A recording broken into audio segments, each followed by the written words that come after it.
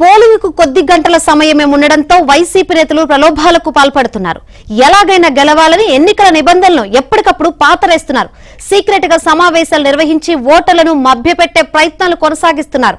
అందులో భాగంగా Peddapuram YCP MLA అభ్యర్థి దవలూరి దొరబాబు రాజీనామా చేసిన వాలంటీర్లతో టెలికాన్ఫరెన్స్ నిర్వహించారు. మరోసారి అందరి ఇళ్లకు వెళ్లి వైసీపీకి ఓటు వేయించేలా మోటివేట్ చేయాలని నిర్దేశం చేశారు. పోలింగ్ రోజు ఉదయం ఓటర్లను పోలింగ్ కేంద్రాలకు తరలించేందుకు ఆటోలను సిద్ధం చేసినట్లు చెప్పారు. పోలింగ్ సరిగ్గా జరగని పక్షంలో ఆఫీస్ నుంచి సమాచారం ఇస్తాం, ఎవరిని ఓటింగ్ కు తీసుకురావాలో చెప్తామంటూ దొరబాబు కాన్ఫరెన్స్ లో మాట్లాడారు.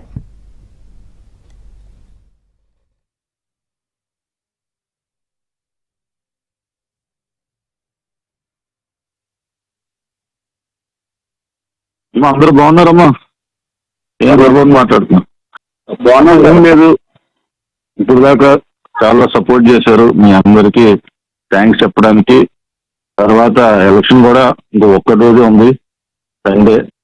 తర్వాత సండే రోజు ప్రచారం చేయొచ్చు, కానీ గుంపులుగా చేయకూడదు. సో రేపు కూడా ఒకసారి మీ క్లస్టర్లో ఉన్న వాళ్ళందరి దగ్గరికి వెళ్ళమని మిమ్మల్ని అందరినీ కూడా రిక్వెస్ట్ చేస్తున్నాను. అలాగే సోమవారం ఉదయం 7 గంటలకి మన పోలింగ్ స్టార్ట్ అవుతుంది. సో మీరు ఉదయం 7 గంటలకే మీ క్లస్టర్లో ఉన్న పెద్దవాళ్ళు కానీ అక్కడ ఉన్న ఆటోలన్నీ ప్రొవైడ్ చేయడం జరుగుతుంది. వాళ్ళని తీసుకుని మీరు పోలింగ్ చేయించవలసిందిగా, వెంటనే పోలింగ్ చేయించవలసిందిగా మిమ్మల్ని అందరినీ కోరుతా ఉన్నా.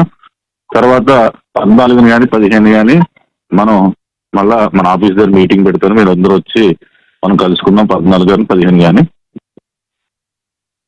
కాబట్టి మీకు ఉన్నటువంటి 2 మిమ్మల్ని అడిగేది ఏంటంటే, ఈ రోజు కానీ రేపు కానీ మీరు ఏ వీలుంటే అప్పుడు ఒకసారి బ్యాలెట్ పేపర్ తీసుకుని ఒకసారి వాళ్ళ క్లస్టర్లో ఉన్న వాళ్ళ ఊరికి వెళ్ళి మన జగన్మోహన్ రెడ్డి గారిని, అలాగే నాకు కూడా ఆశీస్సులు, అలాగే సెల్మశెట్టి గారికి ఇద్దరికి కూడా ఫ్యాన్ గుర్తుమే ఓటు వేయమని మీరు అడగవలసింది మిమ్మల్ని అందరినీ కోరుతున్నాం.